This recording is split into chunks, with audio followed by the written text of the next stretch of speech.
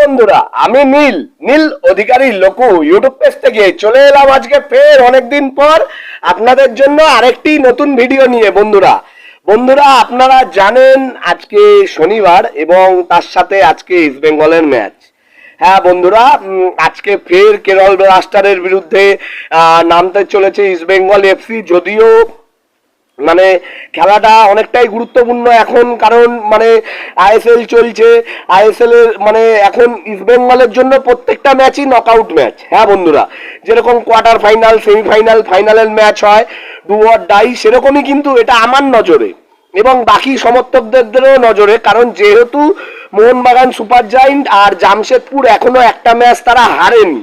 হ্যাঁ, আর আপনারা জানেনই যে এই বছর কিন্তু অনেক মানে তাড়াতাড়ি লিগ শেষ হয়ে যাবে, মে মাসের মধ্যেই শেষ হয়ে যাবে আইএসএল।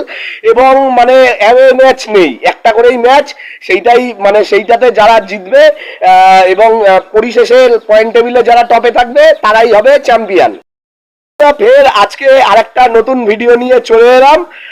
ভিডিওটা শেষ অবধি দেখবেন এবং পাশে থাকবেন।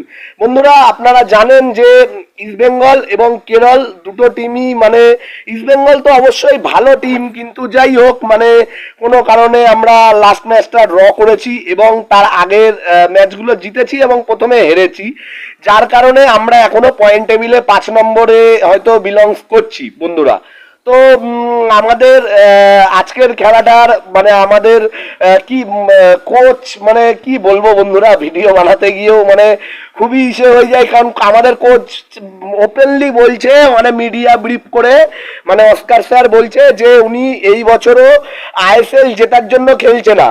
হ্যাঁ বন্ধুরা, আপনারা অনেকেই হয়তো ফেসবুকে দেখেছেন, বিভিন্ন মানে ইস্ট বেঙ্গল সমর্থক তারা তাদের টাইম লাইনে, ফেসবুক টাইম লাইনে শেয়ার করেছে যে অস্কার স্যারের লক্ষ্য হচ্ছে 4 নম্বর 5 নম্বরে থাকা।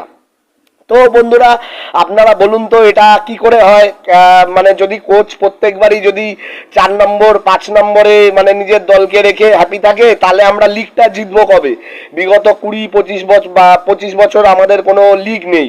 এবং তার থেকে বড় ব্যাপার যেটা হচ্ছে বন্ধুরা, আপনারা জানেন যে আজকে একাদশী তিথি, আজকের দিনটা একাদশী তিথি, কিন্তু ওভারঅল মানে মুসলিম সমাজের জন্য রোজা চলছে। হ্যাঁ বন্ধুরা, এবং যার জন্য আমাদের যে প্লেয়ারগুলো আছে রশিদ, ইউসুফ, ইউজেজারি, এরা সকলেই কিন্তু রোজা করে তারপরে তারা ফুটবল ম্যাচে নামছে।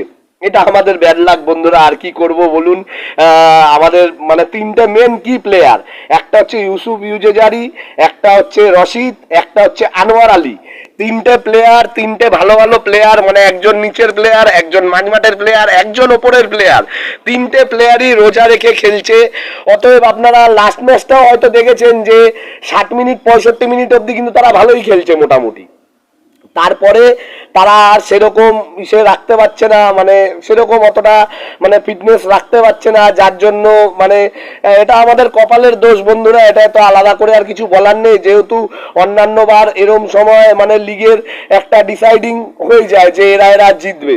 কারণ অক্টোবর থেকে আইএসএল শুরু হয়, অক্টোবর, নভেম্বর, ডিসেম্বর, জানুয়ারি, ফেব্রুয়ারি, মার্চ, মানে লিগের শেষ দিক থাকে, অলরেডি ডিসাইডেড হয়ে যায় যে কারা জিতবে। কিন্তু এই বছর তো লিগ শুরু হয়েছে এই দেরিতে, এবং তার মধ্যে যাই হোক মানে 3টে প্লেয়ারই কিন্তু ভালো খেলছে বন্ধুরা।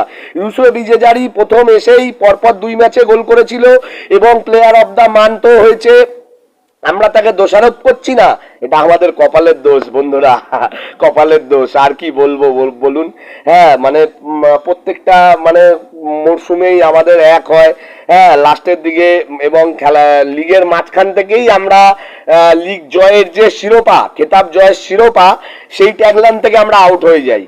তো এই বছরও ব্যতিক্রম না। তবুও বন্ধুরা চাইবো যে আজকের ম্যাচটা যেন আমরা জিতেই শেষ করি। গতবার এই কেরলের বিরুদ্ধে খেলা হয়েছিল এবং সেই খেলাতে একাই ফাটিয়ে দিয়েছিল বিষ্ণু, সেই হিসাবে চাইবো যাতে আজকে বিষ্ণুকে প্রথম থেকে রাখে এবং অস্কার স্যার যে দুমদাম 60 মিনিটের মাথায়, 55 থেকে 60 মিনিটের মাথায় একসাথে যে 3-4টে চেঞ্জেস করে ফেলে, তার জন্য কিন্তু আমাদের প্রত্যেকটা ম্যাচেই কিছু না কিছু সমস্যা হচ্ছে, যেটা ম্যাচ হেরে যাচ্ছি, নয় ড্র হয়ে যাচ্ছে, নয় জিততে পারছি না। তো চাইবো অস্কার স্যার, মানে আমি তো আর কোচ না, আর আমার কাজ ভিডিও বার্তার মাধ্যমে যে কোচকে নিশানা নেব এটাও করা না, কারণ এতে কোচেরও মানে ভারত দেশ নিয়ে কোচের মনে একটা, বা ইস্ট বেঙ্গল সমর্থকদের নিয়ে কোচের মনে একটা খারাপ প্রভাব যায়। কিন্তু যেটা বন্ধুরা বাস্তব সেটা তো বাস্তব বন্ধুরা, এটা আপনারা দেখছেনই। এবং যে কোচ অলরেডি বলেছে, এখানে তো অলরেডি মানে প্রচুর সমর্থকদের মন ভেঙে গেছে। হ্যাঁ আমিও জানি যা পজিশন আছে এই পজিশন থেকে আমরা টপে যেতে পারবো না, কিন্তু কোচ ওপেনলি বলছে আমরা যদি 4-5 নম্বরে থাকি তাহলেই আমাদের নৈতিক জয়। এইটাও তো কোচ বলতে পারে না, তাই না? আমাদের এখনো সুযোগ আছে, আমরা অন্তত 3 নম্বরে শেষ করতে পারি। যাক বন্ধুরা, অলরেডি 5 মিনিট অতিক্রান্ত। আজকে আবার প্রধানমন্ত্রীও আসছেন আমাদের কলকাতা শহরে ব্রিগেড কর্মসূচি করতে। ভোটের মরশুম চলছে, তো ভিডিও আর বেশি লং করব না। আপনারা যারা নীল অধিকারী লকু ইউটিউব পেজের ভিডিওগুলো দেখেন তাদেরকে জানাই অনেক অনেক অনেক ধন্যবাদ। আর আপনারা এখনো যারা নীল অধিকারী লকু ইউটিউব পেজের ভিডিওগুলো দেখেন কিন্তু চ্যানেলটা সাবস্ক্রাইব করেননি, তারা অবশ্যই একটু সাবস্ক্রাইব করে দেবেন। আপনারা যদি একটা সাবস্ক্রাইব করে দেন তাহলে আমার আরও এনার্জি হয় ভিডিও বানাতে।